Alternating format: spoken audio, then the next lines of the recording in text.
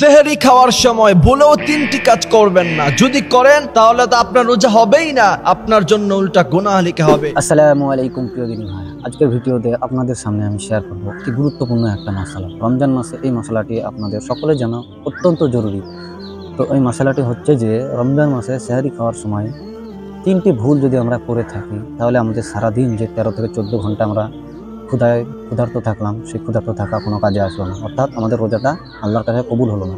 তো চলুন এই ভিডিওর মাধ্যমে আপনাদেরকে জানাবো সেই ভুল তিনটি কি কি, যেটা করার ফলে আমাদের রোজাটা আল্লাহর দরবারে কবুল হয়। তো চলুন কোথাও স্কিপ না করে ভিডিওটা সম্পূর্ণ দেখতে থাকুন।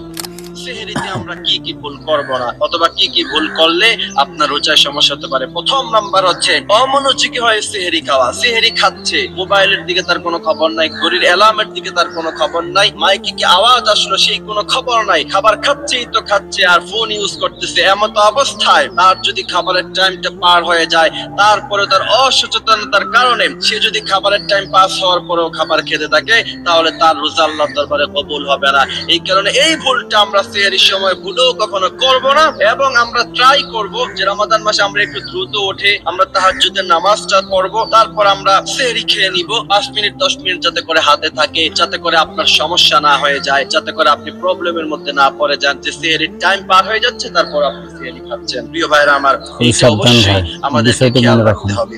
তারপরে দ্বিতীয় নাম্বার যে ভুলটা আমরা করব না, সেহরি খাওয়ার পরে সাধারণত অনেকের শরীরটা একটু ক্লান্ত লাগে, একটু আলসামি লাগে, এবং এই আলসামির কারণে যদি সেহরি খাওয়ার পরে আপনি যদি ঘুমিয়ে পড়েন অথবা আপনি যদি শুয়ে পড়েন, একটু আলসামি করে একটু শুইলেন, আপনি ভাবলেন যে এখন সেহরিটা খেয়েছি, এখন একটু শুই, তারপর নামাজটা পড়বো, তারপরে দেখা গেছে যার নামাজ পড়া হয় না। আপনাকে মনে রাখতে হবে সেহরি খাওয়ার পরে নামাজ পড়ার আগে আপনি আর শুতে যাবেন না, আর না হলে শয়তান এমন ভাবে আপনাকে মাসাজ করবে, আপনার শরীরটা দেখবেন যে খুব আরাম ফিল হচ্ছে, খুব ভালোভাবে ঘুম আসছে। যে ঘুম অন্য সময় অনেক মেডিসিন ইউজ করেও আনা যায় না, এখন এর চাইতে ভালো ঘুম আসছে, কারণ শয়তান আপনার মাথা শরীর অলরেডি টিপে দিচ্ছে। এই জন্য সেহরি খাওয়ার পরে ভুলেও আমরা সাথে সাথে শুয়ে পড়বো না, আমরা ফজরের নামাজ পড়বো, তারপরে শুভ ইনশাআল্লাহ। তৃতীয় নাম্বার, সেহরি খায়, ফেসবুক স্ক্রল করে, ইউটিউব দেখে, তারপর টিকটক দেখে, অশ্লীল ভিডিও দেখে। না, আপনি এমন কাজ করতে পারেন না। ওই ব্যক্তির রোজা আল্লাহ পাক কখনো কবুল করবে না যে রোজাও রাখে, খারাপ ভিডিও দেখে,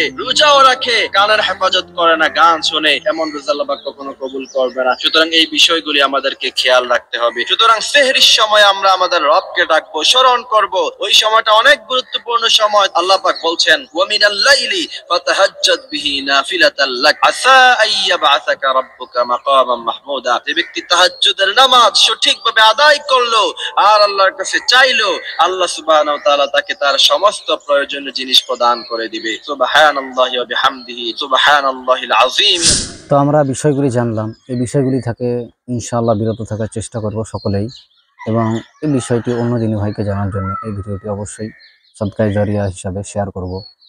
তো সকলেই ভালো থাকবেন। রমজান মাসে বেশি বেশি ইবাদত করুন, সব অর্জন করুন এবং আল্লাহর কাছে ক্ষমা প্রার্থনা করুন। তো চলুন দেখা হবে পরের ভিডিওতে ইনশাআল্লাহ। আসসালামু আলাইকুম।